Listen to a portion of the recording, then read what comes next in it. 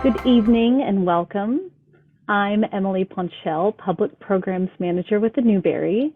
Thank you for joining us for today's program, Postcards, the Rise and Fall of the World's First Social Network, a Meet the Author event with Lydia Pyne in conversation with the Newberry's own Will Hansen. The Newberry Library supports and inspires research, teaching, and learning in the humanities. Since our founding in 1887, the Newberry has remained dedicated to deepening our collective understanding of ourselves and the world around us. We connect researchers and visitors with our collection in the Newberry's reading rooms, exhibition galleries, program spaces, classrooms, and online digital resources. The Newberry reading rooms and exhibition galleries are now open to visitors with no appointment necessary Tuesday through Saturday. Our Rosenberg Bookshop is open Wednesday through Saturday, and you can shop online at any time. Visit newberry.org to learn more about our collections and exhibitions, our many digital resources, online classes, and our virtual and in-person public programs. I also encourage you to follow the Newberry on social media for more opportunities to engage with our collections, our staff, and stories that bridge the past and present. Today's program is one example of the Newberry Library's civic commitment to public education and intellectual engagement. Bringing together communities of scholars, students, and the public to discuss ideas that matter in our world today is central to the Newberry's mission. During the program, please enter questions in the Q&A feature on Zoom or in the comments section if you're joining us on Facebook or YouTube. As time permits, our speakers will respond. Now it is my pleasure to introduce today's speakers. Lydia Pyne is a writer and historian interested in the history of science and material culture. She is a visiting researcher at the Institute for Historical Studies at the University of Texas at Austin and has written for The Atlantic, Archaeology, Slate, History Today, and Time. Ms. Pyne's book, Postcards, The Rise and Fall of the World's First Social Network, was published in December of 2021 and is available wherever books are sold, including the Newberry Bookshop. Will Hansen is the Newberry's Director of Reader Services and Curator of Americana. Will helped to oversee the library's acquisition and processing of the Kurt Teich Postcard Archives collection, which is widely regarded as the largest public collection of postcards and related materials in the United States. And without further ado, Lydia Pyne and Will Hansen. All right. Hi, everyone. Thank you for coming to this program. And thanks to Lydia for being up for talking about her wonderful new book, Postcards, The Rise and Fall of the World's First Social Network, with folks from the Newberry. We're delighted that you're here. Of course, the Newberry is very excited about this program in particular because of our postcard collections, which we'll talk a little bit more about the Kurt Teich Company portion of it, which is the largest portion of it, but the postcard collections here include well over 500,000 unique postcard images and numbers of items in the millions of postcards from all over the world in any number of different topics. From all kinds of different angles. So it's very near and dear to our hearts. Postcards connect with most of the areas of collecting that we're best known for, including the history of printing and geography, American history and American Indian and Indigenous studies, local and family history. I could go on and on. So it's a real pleasure to have you here, and we're really excited to talk about this book. Welcome, Lydia. Well, thank you. It's so much fun to be here and to talk postcards with you. It will be fun, I think, and I think people will have great questions as well. So to get things started, I'm going to ask about something that is sort of central to your book. We now take mailing and collecting postcards kind of for granted, and in fact, kind of think of it as an old-fashioned sort of thing, that postcards sort of harken back to the past. But your book makes very clear that it was such a complex process, and there were many complex factors that went into making postcards a global phenomenon in the 20th century. So without giving away too much of the book, of course, we want people to buy the book, but without giving away too much, what do you think allowed the rise of postcards as a kind of social network? Oh, it's such a fun question. And in order to talk about this idea of social networks and how I've come to think about and explore postcards and social networks, I thought I'd talk for a few minutes here about how I came to be interested in the project, which really influenced my thinking about this. If I could jump to the next slide.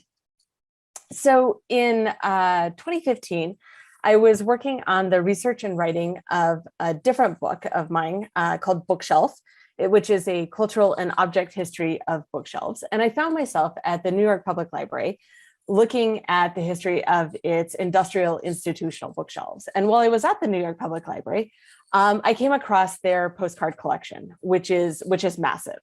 And the collection is just this massive card catalog organized by subject. And I started opening some of the drawers and was just really struck by the sheer scale of what I was looking at. And I was really grateful that you included some of the numbers that of the materials from the Newberry collection that start to sort of hint at the sheer scale of postcards. And when I was looking at the material at the New York Public Library, it just felt like I was surrounded by everything. It looked like every kind of print, every kind of postcard. It was just millions of people looking at their suspended messages, for lack of a different way to put it. And I realized that the postcards were really interesting material objects because they had been sent, they had been delivered, they had been read, they had been curated, they had been collected, they had been saved, that there were all of these decisions that were made about postcards to get postcards to the state where I could look at them and be impressed by them. And I'm sure that this is a really similar feeling that archivists and collectors and postcard enthusiasts have in sort of immersing themselves in this kind of particular media. And I thought, wow, it would be really cool to come back and to do a book about postcards, a project about postcards at some point. So around 2018, I decided that I was interested in coming back to this idea. And I happened to mention to my parents that, oh, I think I'm going to do that postcard project now. And my mom got so excited. Oh my goodness. She just lit up and said, ha ha, have I got something for you? And the something for me was a giant box of old postcards, which some of which are actually featured here in the picture on the slide. And it was just hundreds of family postcards from the turn of the 20th century, sort of the first 3 decades, I think most of them come from. And I was, again, struck by how incredibly different all of the different postcards were, that there were some that were linen prints, there were some with different edgings, there were some real picture or real photo postcards, there were all of these different kinds of types. And some were reminders, some were advertisements, some were, I have no idea what they are. Like I've looked at them now for a couple of years and I still have no idea what they are, but they were postcards. And so it felt like I was really reading my relatives' messages, text messages from the turn of the 20th century. And it really sort of felt like the minutia and the smallness of what kind of message could be crammed on the back of a postcard. It felt very familiar, even if the medium felt different than what we might use today. And so I think that was one of the things that first sort of piqued my interest in thinking about postcards as tools of communication in a networky sort of way. I should also add that once word got out to my extended family that I was working on a book about postcards, wow, people have saved a lot of postcards was my other conclusion. And I can second that. People have saved a lot of postcards. And as soon as you express an interest in these postcards, people are so excited that they're going to go to a good home. That, I saved them. I knew there was a reason I saved them. Here you go. And I sort of joke that I have now become the keeper of postcards and shoeboxes because here they are. And if I could jump to the next slide, we can see one such box of material.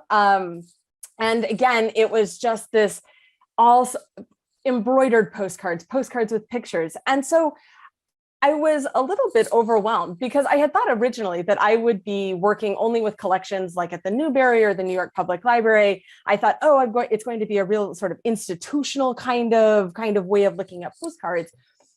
But this experience in going through these hundreds and hundreds of family postcards, it really felt like postcards were personal in a way that I don't think I would have begun to think about if I had only worked with institutional collections. And so I wasn't quite sure sort of what direction I wanted a history of postcards to go. And in my background reading for it, I found that a lot of histories of postcards were particularly interested in a particular printer or a particular genre, like artistic genre, or a particular topic. And that the sense of postcard history, I think, tends to be written sort of through these particular people or these particular printers or these particular places. And I think that has to do with the sheer scale of the media that we're talking about. And what I was interested in doing was looking at postcards as a technological tool, and looking at how postcards as objects represented hundreds, thousands of decisions that people had made about how to communicate, how people had sent and received messages. And I wanted to write about postcards in a way that would let me share the awe of their scale that I had experienced with readers.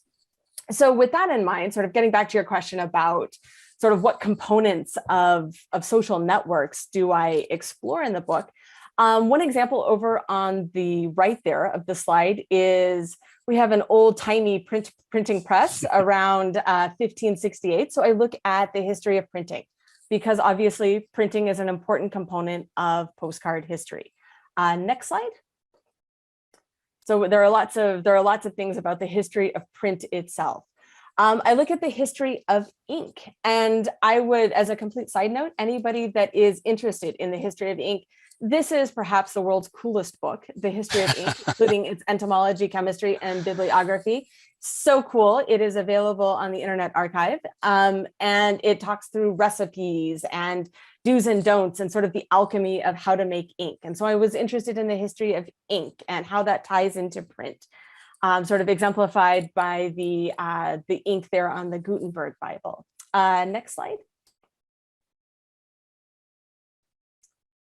Let's see, one of the other parts of a social network that I was interested in exploring was looking at postcards as cheap print. So not only are postcards print, and not only are they messages of communication, but they're cheap. They're fundamentally cheap print, cheap disposable print.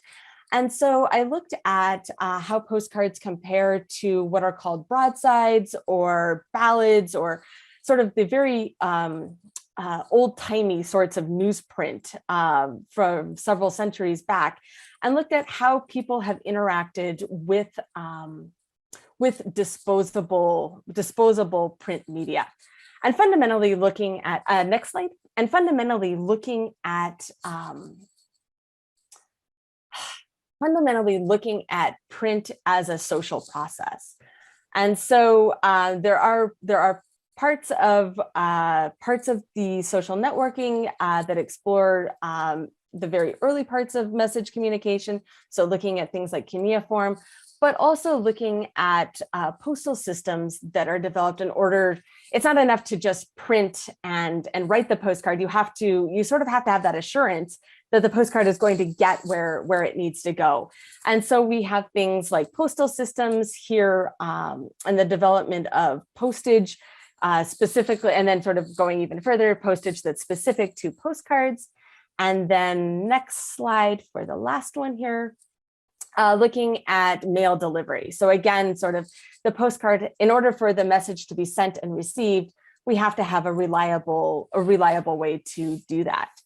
So I think to sort of sum up a answer to your question here, Will, with that sort of systems approach to thinking about postcards as a technology and as a tool for communication, it let me explore, I think, a lot of different and complicated ways that a lot of different and complicated components of postcard history that I think provide the scaffolding for postcards as a really significant social network in the early 20th century.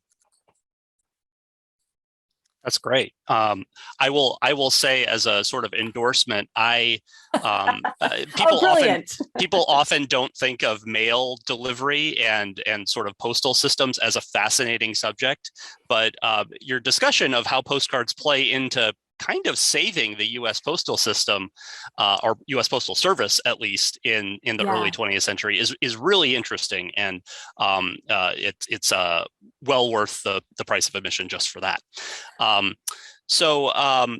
also am fascinated by the issue of scale of postcards. I mean, as you talk about in the book, billions, literally billions with a B, of postcards going through the mail regularly in the 20th century, and billions upon billions of them created by postcard makers in the 20th and into the 21st centuries, which leads at the Newberry, at least, to the Kurt Teich Company.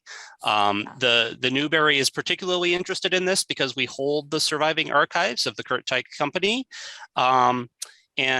So your discussion of the innovations and their sort of market dominance in postcards in the 20th century is of particular interest to us here, and hopefully to the attendees for this program. From your perspective and the research that you did for the book, what made the Kurt Teich Company, which was based here in Chicago, and creating postcards for people all around the world, from a factory here in Chicago, what made them so important and interesting in both the histories of postcards and of printing more generally? And that can go in any number of directions, but let's see where it takes us. Yeah. So the story of the Kurt Teich Company is really a fun one, and I just really want to offer a shout out to Newberry's amazing collections, particularly their online collections. And I really can't encourage people enough to go peruse the online collections that are there. And I should also offer, before we sort of dive into the story of Kurt Teich here, for readers that are really interested in the minutiae and the nitty-gritty of the history of that, I would really recommend historian Jeffrey Michael's brilliant recent book, which is Postcard America, Kurt Teich and the Imaging of a Nation. That has a lot of really great stories about the company itself. Let's see. So what makes this company so particularly interesting, and sort of why did I include it as an example of the massness of postcards? Next slide. Okay, so I think that most people have seen something that harkens to a Kurt Teich postcard, whether they know they have or not. And this is a really sort of iconic example of what a Kurt Teich postcard looks like or looked like. And so a couple of things that I'd like to call out for folks' attention here. You can see the real sort of bumpy ridges, maybe if you squint really hard at your screen, or if you're already perusing the Newberry collections online as we're discussing, you can see some of the linen-y ridges there on the postcards. You can see the vibrant colors. You can see the name of the place sort of featuring highly as it scripts from this sort of sweeping upward motion here. And you can see the sort of the centeredness of this postcard and place, which were things that I was particularly interested in. And I came to be interested in the Kurt Teich companies so specifically because I felt like it underscored a lot of the elements that we were just talking about as a social network, and looking at it as a story of ink and paper and image and geography. And without getting sort of into the weeds too much here, I'd like to highlight a couple of aspects of the printing story that I think make it particularly unique. So I'd start off by saying that not all inks stick to all papers really well. And this was an issue that postcard manufacturers were particularly interested in getting a grip on of what is the best ink to stick to postcard, to some kind of cardstock papery material that can be printed over and over and over and over again and can be done cheaply. And so one of the innovations of the Kurt Teich company was this sort of linen-y, ridgy kind of look and feel that let ink adhere to cardstock particularly well. And this was something that was particularly innovative for this company. In later decades, you'll see other places sort of mimic this linen-y look. For example, when I was looking through some of the shoeboxes full of family postcards, I came across many other ridgy, linen-y sorts of cards, but they weren't the Kurt Teich postcards. All right, so I'm trying to think of sort of another way of answering this here. So at this point in postcard printing, most postcard manufacturers were using a kind of printing technology called lithography, where you have a flatbed surface, ink is applied to the flatbed surface, and the ink is sort of pressed down, transferred into the paper that's between two flat surfaces, and that's that. The plates can be used many times, they can be used with multiple colors. And when Kurt Teich began printing, the company found that they were running up against the limits of how clear an image could be when it was inked and transferred. They experimented with several different ways of sort of dealing with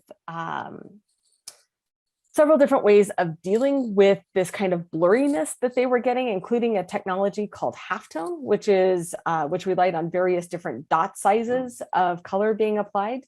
But the real breakthrough, and I think in the history of print, what Kurt Teich has become synonymous with is the development of what's called offset lithography printing or offset lithographic printing. And it used high-speed rotary press with zinc plates with 3 long cylindrical rollers. And if you go to the next slide, we actually have an example of that there. Let's see. So you can see the rollers and sort of rolling through the paper. This is an example of the production at the factory itself.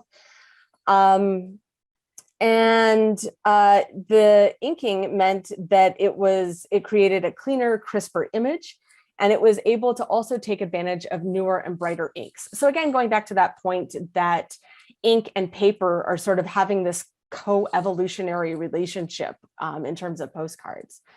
Next slide. And again, here we have an example of the printing apparatuses. This is a really fun example of sort of the machinery that is developed by Kurt Teich and Company to be able to print their postcards. And you can see these giant, massive stacks of cards that are printed, and then they'll be cut. I should also note that at this point, the Kurt Teich and Company benefited hugely from the Pyne-Aldrich tariff of 1909, which meant that the US domestic postcard manufacturers could vastly undercut German contemporaries. And these German contemporaries, these German printing companies had long held the sort of market of cheap postcards. And so there's this really sort of confluence of things that are happening around 1909, 1910 that really sort of set Kurt Teich up to be a really successful, iconic printing company. So one of the things that I'd like to do, so now that we've sort of talked about some of the cool printing technology here, one of the things that I'd like to do is to walk folks through how does an image get to be on a Kurt Teich postcard? So we have these kind of iconic postcards. How do we actually get the images that we're looking at? So next slide, and we can start with that. So generally, and I should also add that these next examples that I'm going to walk through, these were ones that you were kind enough to pull for examples for tonight's program from the Newberry collection. Which are really fantastic. So first we have a commission. And so we have White River Art Station from Branson, Missouri here. They want a, what does it say? It says, make a summer scene with bathers in pool. So that sounds like a postcardy kind of image to include. So we start with the commission. Next slide. And then the next we have a photograph. So this is a photograph of presumably the facility that wishes to be featured in the postcard. It doesn't quite look as bright and as warm and as inviting as we've come to expect, but never fear, that's coming here. We can, what is the joke? You can fix it in post. It's sort of like, this is the first step, the first draft of the postcards. And you can see that these are going to have the elements that the person or the institution that is commissioning the postcard wants to have included. So if it wants to be a scene of summer bathers, well, here's the pool that we could have. But you'll note that there are no bathers yet in this pool. So next slide. No problem. We can just stick some bathers in the pool. Not a problem. And I would also like to call attention to the fact that this is no longer just a photograph. It's sort of an annotated photograph with color and other annotations on top of it. You can see that there are some elements from the first photograph that have been removed. You can see that there are a plethora of bathing ladies that have been added here to the pool. And it's beginning to be cleaned up and to be a little bit more imagined art and a little bit less photograph. So next slide. All right, and here we have, I should also add that there are other steps in between here, but we come to the end, and here is the Sammy Lane Resort from Branson, Missouri. This is how the postcard has finished. Next slide, and I'll just walk through one other example here. And I really appreciated your calling attention to this example, Will, from the Newberry collections. So I think that Kurt Teich has often become synonymous with a sort of nostalgia of postcards and sort of a very pleasant kind of postcard and a very pleasant kind of remembering and thinking about early 20th century sorts of things. But this particular order shows how easily nostalgia can be manipulated, and shows, I think, as a particularly good example of how postcard design and manufacture also held a sort of social and cultural power.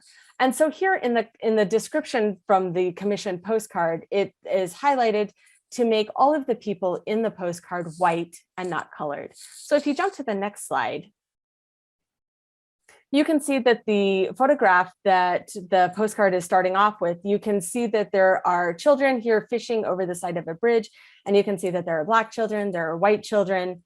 And then if you jump to the next slide in the production file, you can see that all of the Black children have been replaced with white children, sort of in that annotated and in that annotation. And I found this to be a really telling example, again, to the point that postcards are personal, they're sort of fun, they're this nostalgia, they're all of these things, but they're also about power and about storytelling. And I think that that's an element that we can come back to as time permits. So I jump to the next slide. This is a great example of just how many notes and how much work is happening in the picture that you start with, going to the picture that you finish with.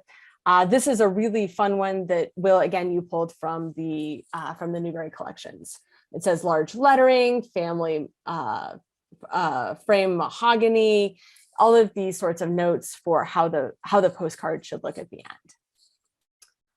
And I feel like the Kurt Teich, I guess, to sort of come back to finish an answer to your question, I feel like it touches on a lot of themes that I explore in the book about propaganda and about storytelling, and about how postcards are about power as much as they are about place.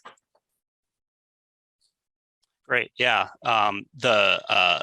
the production files that you've just been highlighting of leading into the finished postcards are so fascinating. There's so many examples we could talk about and pull. That's a whole other program that we can do someday. But they include wonderful things. There are things like fabric swatches and other things that are included in them as well, because they really did want to get things right. But it is important. I think you make a very important point about sometimes people think postcards are just unfiltered reality, right? It's just how it looks, and this gets into the issue with photography in general as well. But it really is, it's fairly complicated to figure out, is this a real view of something that really happened, or is it somehow manipulated in some way? So a really interesting walk through that. Thanks for talking us through that.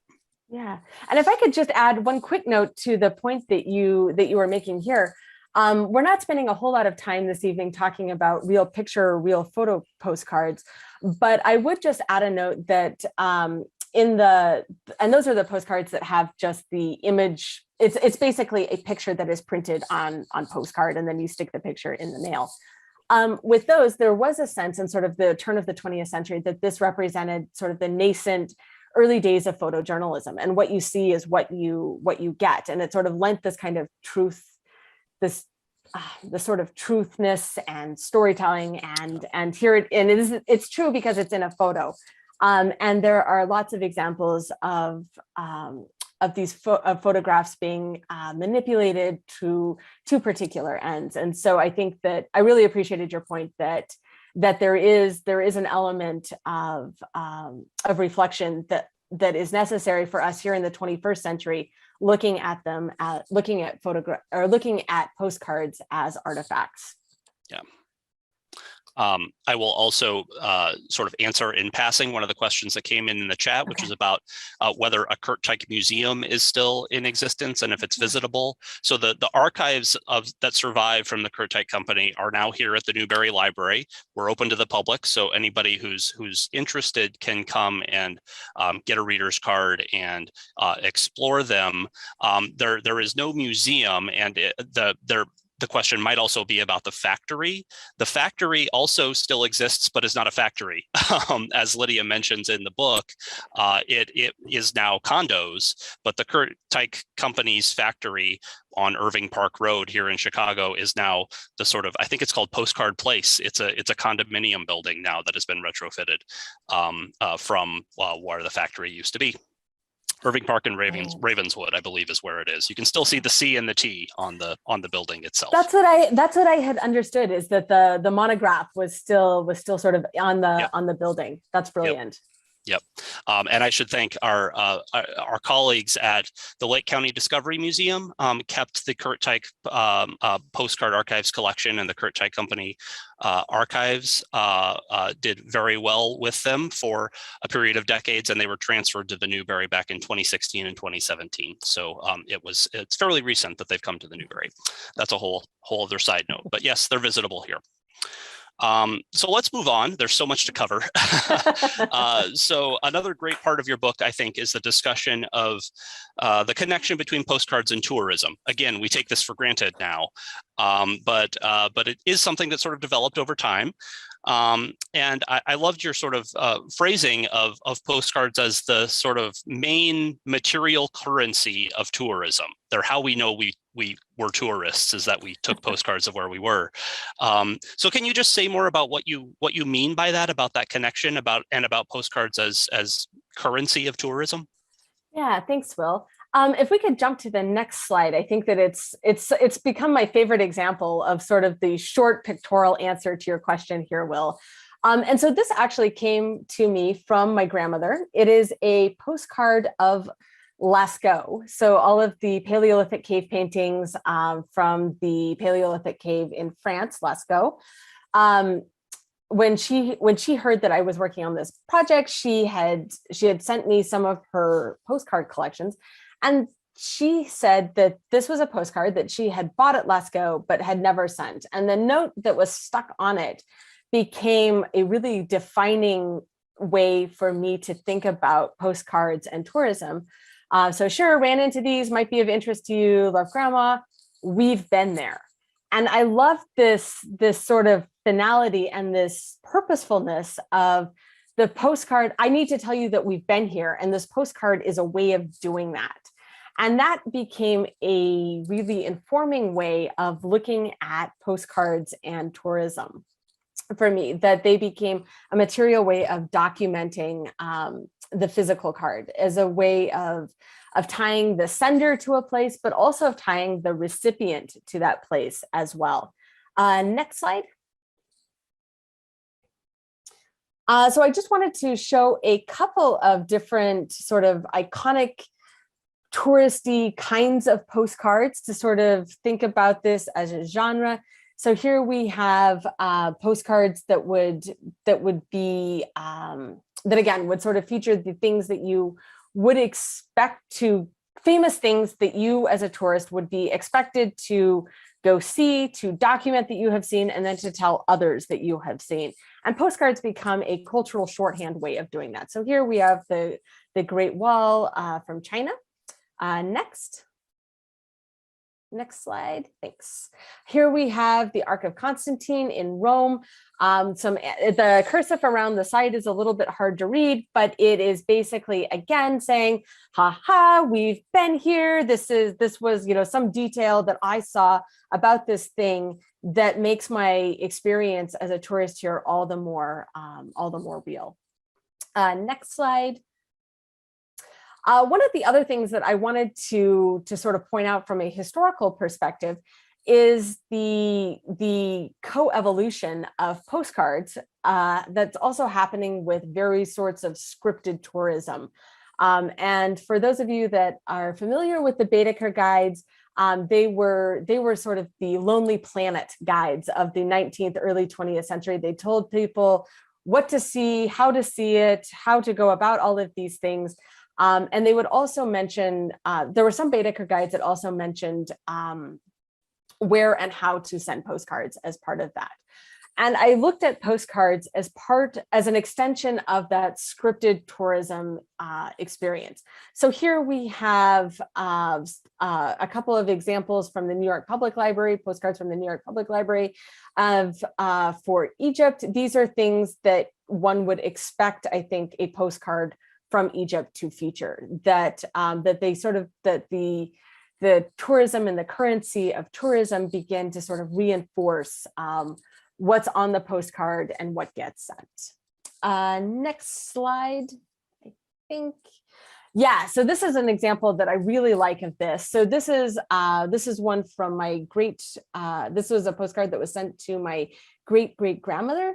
It features a Hotel Marmol in Topo Chico in Monterrey, Mexico. And I love the annotation on the front of it. It says, "A very pretty place." And Helen, so here in 1906, Helen is saying, yep, I can vouch for this. I can tell you that this is in fact a really pretty place, that I was a tourist here, and this is what I did with my tourist experience. Next slide.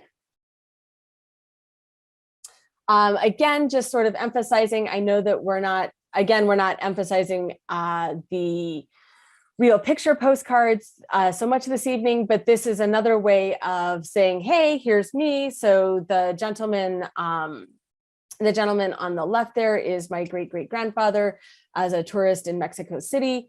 And there are other and on the back, it's a filled out postcard that he mailed to his mother. So again, the real picture postcards become a way of sort of putting yourself, I think the same way that you would post an Instagram selfie of like, hey, here I am in front of this really iconic thing. I've been a proper tourist, or I have the picture to prove the things that I did. Next slide. And the last thing that I wanted to emphasize here in sort of the scriptedness of tourism, or thinking about postcards as having a currency in tourism, was looking at the back of it and looking at the blank space, and looking at the blank space as a way for people to participate in the media, in the postcard media, and to think about postcards being just as much about the history of that blank space as they are about the printed image that's on their front. And I think that tourism and looking at postcards and their relationship with tourism becomes a way of really opening up what to do with that blank space and how to think about it. I think that those are the slides that I have for tourism there, Will, unless you have a follow-up question with that, or nope. I think that was great. Yeah, thank you. So sort of a related topic, but on a little different note. Yeah. Postcards are also of interest for issues of historical geography and politics, which we've talked about a little bit already, particularly histories of colonialism and imperialism, all topics we care about deeply here at the Newberry, and that are on many minds around the world right now, especially given the war in Ukraine. So how do postcards help us understand these topics, or do they not help us understand? Do they mislead more often than they help us understand? What do you think? Yeah, that is such a brilliant question, Will. Thank you. And I'm really glad you asked about that. If we could jump to the next slide here. I wanted to share with folks a little bit about how I've come to think of postcards as artifacts of geography as much as they are artifacts of time. And this was when I was working with the collections at the New York Public Library, and I was thumbing through, and I came across postcards from countries that don't exist anymore. And it really struck me of how that these postcards were still here, and they had this kind of historical, political, and geographic legacy that endured well beyond what the country, the geopolitics of the country might have. And that was a really sort of interesting turning point to me. So like I said, I came across these examples. You can see there on the left, there's a note that says Czechoslovakia in the file. I had a picture of Crimea, the collections from Crimea, but I couldn't find it on my phone. And so we'll have to make do with Czechoslovakia here this evening. And then Ceylon there on the right. What's interesting is if you actually flip over the dividers there from the New York Public Library, you'll see Sri Lanka that is written on the opposite side of the divider. And so there's sort of a revision and a revisiting and a reflection about how geography evolves over time that's associated with these particular cards. So stamp collectors call countries that don't exist anymore dead countries, which I found really interesting. And I was curious if postcards could help me think about this sort of changing geography in different ways. And so examples that I looked at in postcards revolve around former Soviet states, Imperial Russia, and the prickliness of trying to put a specific country to a specific geography. And this touches on things that we've talked about here this evening, like about how to buy and send postage, or how to put postage on stamps. And this gets into these themes of nation building, postal systems, country-like infrastructure, again, sort of getting into the how do you facilitate a communicative social network. For those that are deeply interested into a deep dive into these specific examples, I would definitely recommend historian Alison Raleigh's Open Letters. It's Postcards from Imperial Russia. It's a fantastic read. Or Toby Matthews' Postcards of the Russian Revolution. For folks that are interested, again, in sort of a deep dive through one of those specific examples, I would heartily recommend those. Next slide. Yes, and so this is one example that I was really excited to include. It's a postcard of Mount Kazbek, which is just off of the Georgia Military Road in Georgia. And it's from the early 20th century. The image is at the Library of Congress. And again, sort of speaking of online collections, if you want to just peruse brilliant online collections, I would highly recommend the Library of Congress as one as well.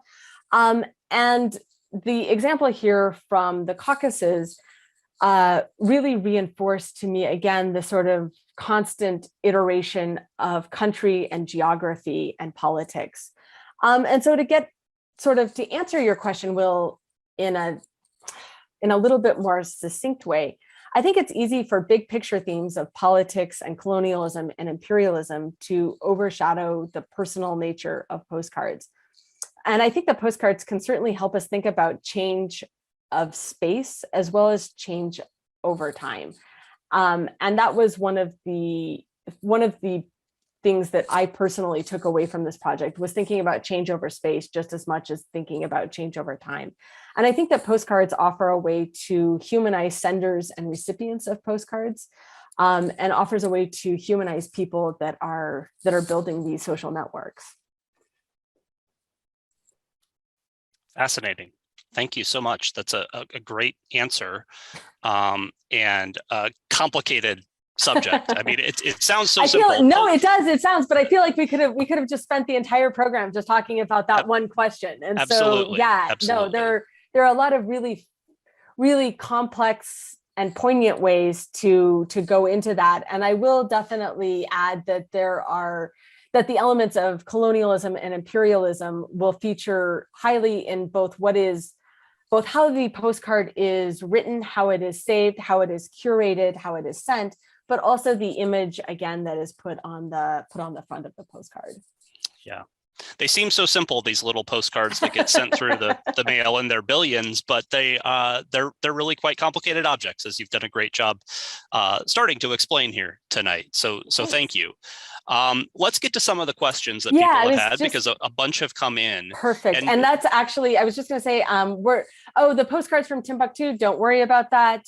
If it comes up in the Q&A, we can talk about that, but we're good. Okay. Thanks. A couple of related questions that we could probably handle at once, mostly about postcards and how they're used today.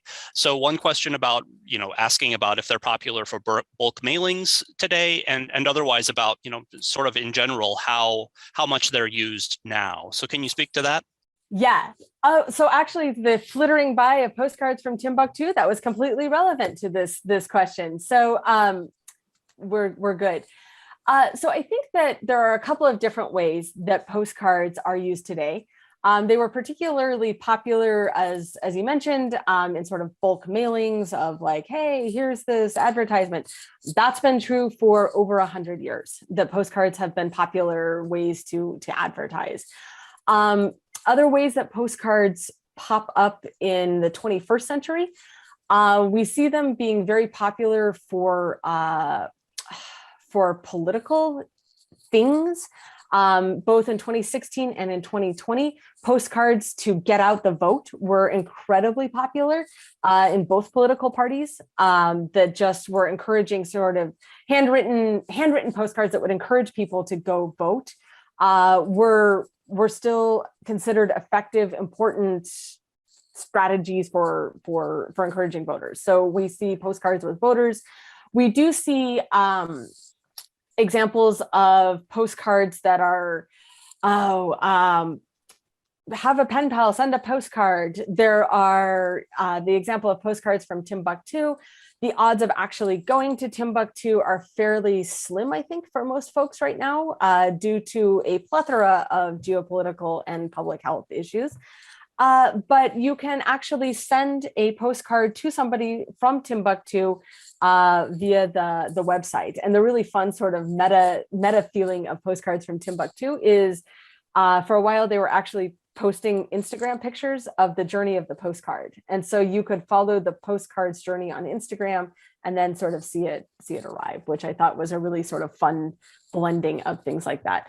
But to answer the question, absolutely, we still see postcards, but also I think we don't see them filling the same niche that they did over 100 years ago. I think that niche is filled with Instagram stories and tweets and text messages. So yes and no. Sure. Yeah. That's a good way to answer that question, as with many questions. A very brief answer to one of the questions, which was about sort of postcards by restaurants in particular, businesses like that. The answer here, I'm going to jump in on this, and you can certainly Please. No, answer that would as be well, brilliant. Lydia. Yes. There are thousands of postcards that were created by restaurants all around the country and internationally. It was very popular to use postcards as advertising for your business. So we've got many of them here at the Newberry. But the thing is, you never know whether a particular restaurant had a postcard created. It just depends on whether they commissioned such a postcard to be made and had it as part of kind of their strategy for how to advertise the restaurant. So it kind of depends on the business and how prominent it was, how much of a sort of advertising budget or whatever equivalent they had. But you can certainly look around if you're interested in a particular business or restaurant to see whether they had a postcard in archives like ours or online. There are so many postcards online. So quick answer to that. Another question is about photographic postcards or real photo postcards, which we sort of glossed over. It's a little bit complicated, but you talk about it really well in the book. So do you want to talk a little bit about real photo postcards and why they're interesting and important? Sure. I'm trying to think of how to say this succinctly, because as you point out, it's such a fun, big topic. I think a couple of interesting things that stood out to me about real picture or real photo postcards, sort of depending on literature, the terms are used fairly interchangeably.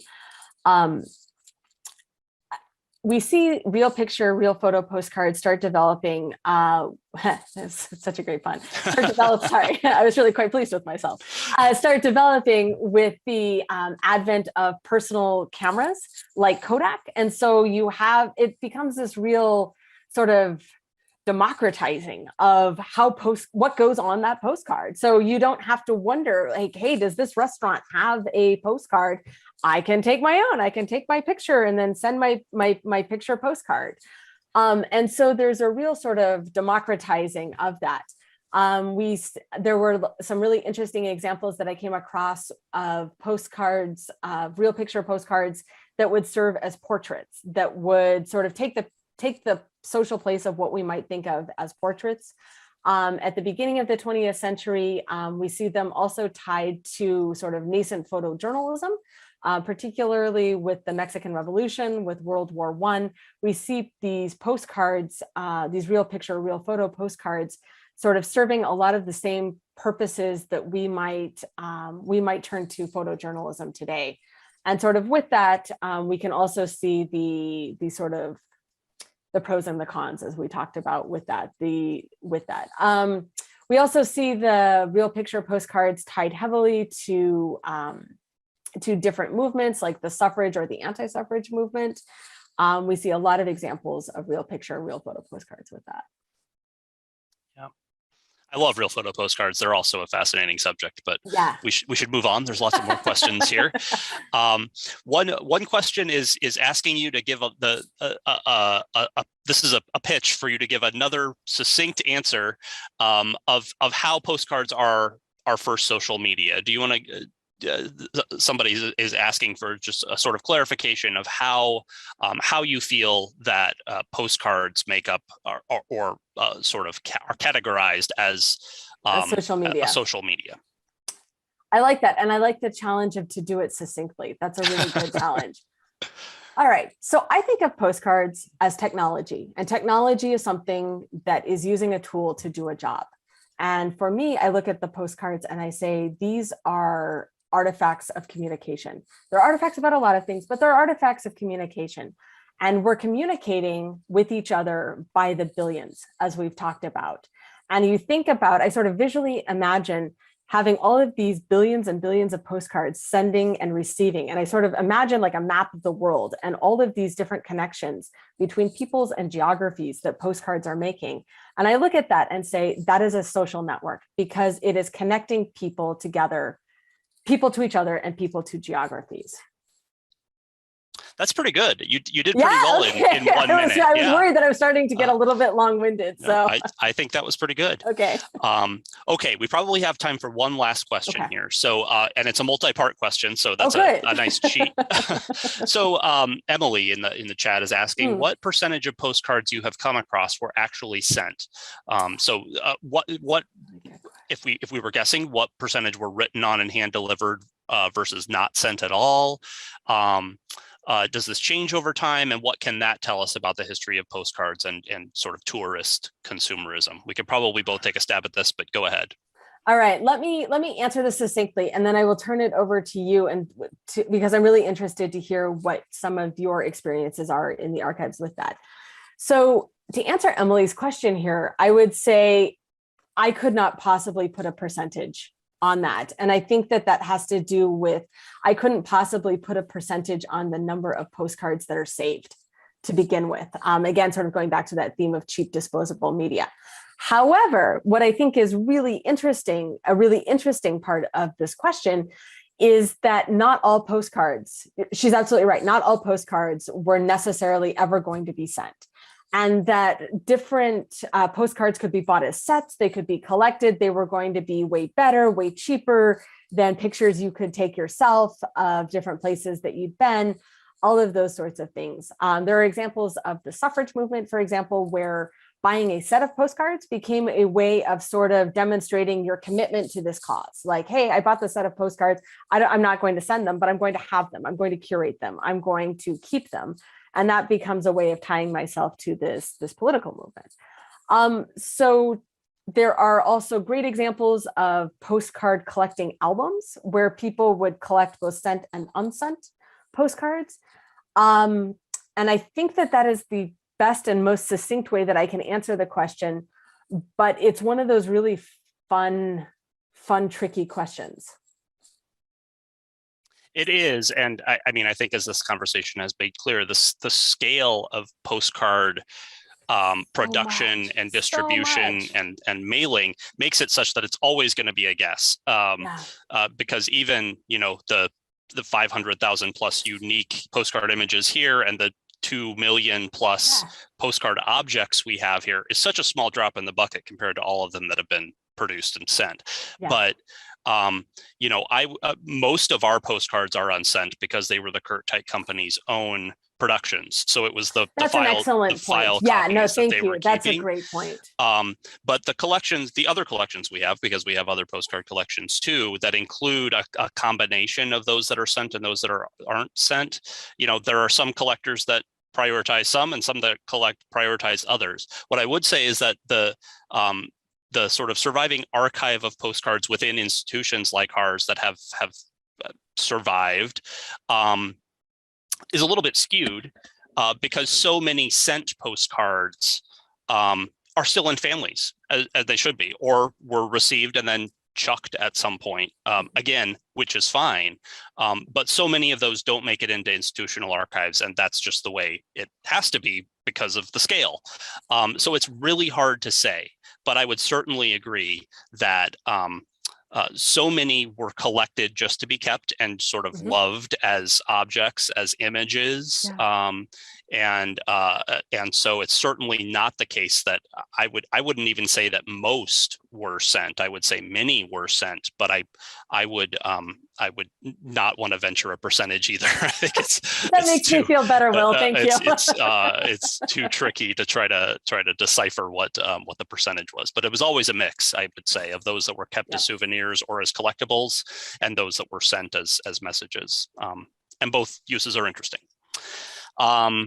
With that, I think we will have to stop. But it was such an interesting conversation. There were so many interesting questions from the audience. Thank you all for those. I'm sorry we didn't get to them all. Brilliant. But thank you, Lydia, for the discussion. It was wonderful. I hope it encourages some people to go out and check out the book, from which people can learn more. And you provided some other wonderful resources for people to look into as well. So thanks so much to Lydia and to all of you.